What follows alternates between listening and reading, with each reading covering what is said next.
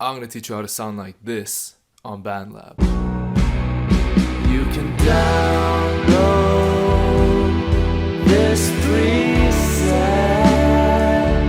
link in the description or the pinned comments, yeah.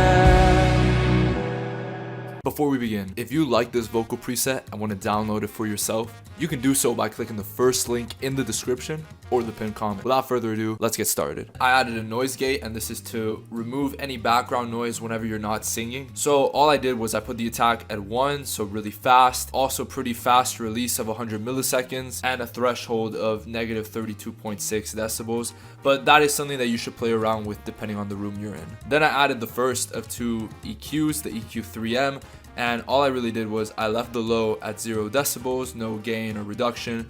I reduced the mids by negative 2.1 decibels, and the mid range that I chose to remove was around the 584 hertz range, as you can see down there in mid sweep. And for high, I only really boosted it 0.3 decibels, so not even that much. Then I added a graphic EQ, and here I started getting a bit more surgical. At the 100 hertz range, I removed negative 4.4 decibels. At 200 hertz, I boosted it 2 decibels.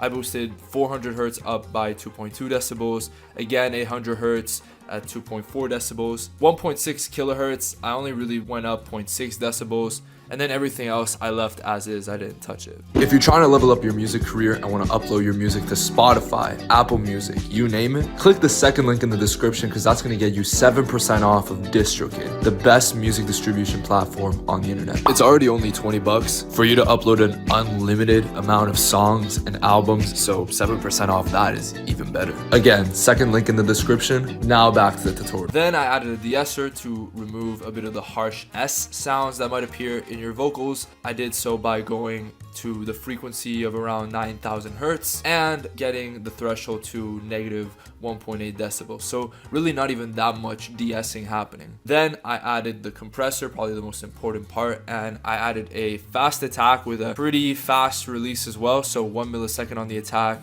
373 milliseconds on the release. The threshold I put at 3.5. I didn't want to compress too much. I put the ratio at 8:1, which is pretty standard. And for makeup gain, I added about 2.8 or basically 3 decibels. And finally, the studio reverb. One thing I've noticed is while it's more so in the background, there is quite a bit of reverb, although it's usually drowned out a bit by the instrumental, which is what you want. You don't want it to completely just ruin your vocal mix by making you sound like you're in a bathroom somewhere, you know? Again, if you liked the vocal preset and want to download it for yourself, you can do so by clicking the first link in the description or the pinned comment. Make sure to subscribe and hit the bell for more tutorials like this. Comment below what other artists you want me to do, and I'll see you guys in the next video.